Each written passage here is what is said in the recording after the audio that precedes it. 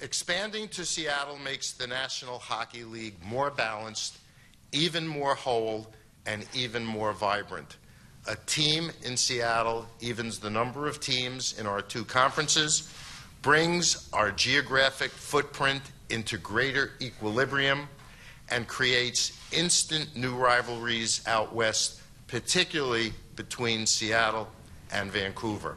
I think that's a bit of an understatement. NHL Commissioner Gary Bettman making the announcement. NHL is coming to Seattle, a new rival not just for Vancouver, but also for our Calgary Flames. Our friend Will Null from Sportsnet 960 The Fan joining us this morning to talk about the newest franchise in the NHL.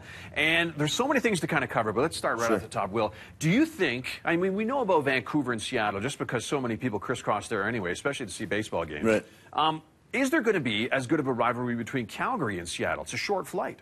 Well, and that's the thing, too. I mean, you think from a player's perspective, you're cutting the travel time to Arizona. I know it's only 2-3 games a year, but you're cutting the travel time by a couple hours via flight. And I think, you mentioned it, people like to go, and when they make sports trips, they like to combine things. So you're going to go and you're going to see a baseball game, you're going to see an NFL game, and you compare that with the Flames or whatever the case may be. So, yeah, I think that it is going to provide a greater rivalry for the Flames because I think Seattle in this city would mean a little bit more than Arizona, although people do have properties and whatnot in Arizona. But I think just based on the closeness of it, you can even drive there. Okay, hockey-wise, so Arizona's gone now from the Pacific Division with the Calgary Flames. Seattle is now in. Is that better for our hockey team looking 5-6 years down the road?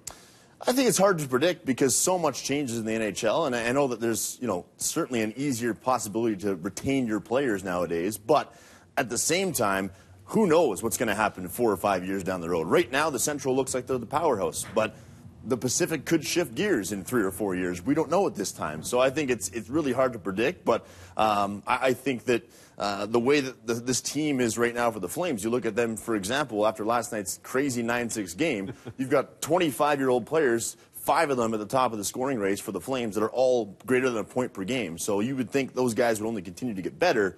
So the Flames could be a powerhouse for a while, but who knows what Seattle can do. True enough. Okay, so Seattle's going to be playing in a renovated, revamped, whatever you want to call it, hockey rink in the city there. I was reading Forbes.com that it's privately funded.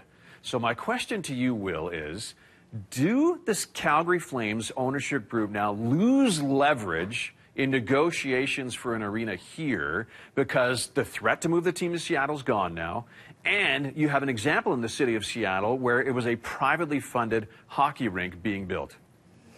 I think it's really hard to say, but I think you nailed it because Seattle was always that threat for a lot of teams. Even you look at the deal that Edmonton did, right? They had the ownership group fly to Seattle, watch a Seahawks game in a suite, and they go, oh, look at this, the Oilers might move to Seattle. So now that threat is gone.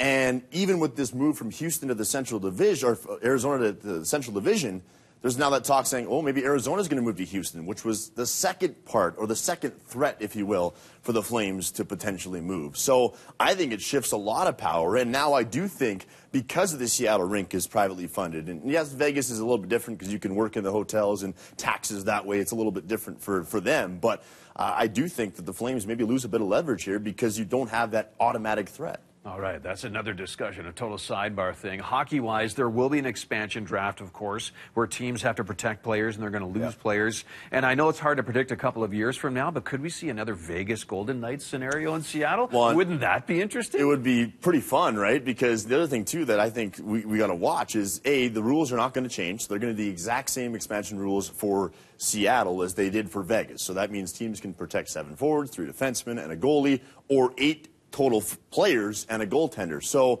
but you look at the immediate success that Vegas had, and automatically people are saying GMs are going to be smarter this time around because they're not going to give this player up and trade a bunch of draft picks because it doesn't do them any disservice. Instead, I think a lot of teams now are look at it and say, okay, let's lose just one guy, be done with it, don't worry about draft picks, because so many people were so concerned about protecting their own assets that in the long run, I don't think it did very many teams currently any good, and we saw the success Vegas had. So I think it's going to be a fun watch. It will. I love changes to leagues that have been around for a while. Great. This is really interesting stuff. Will Null from Sportsnet 960 The Fan, thank you so much for your perspective. Have a good day, my friend. And a couple of years from now, maybe we'll go on a road trip. Yeah. We can go watch a game. We can even drive there, Ted. we can watch the Flames play a hockey game in Seattle.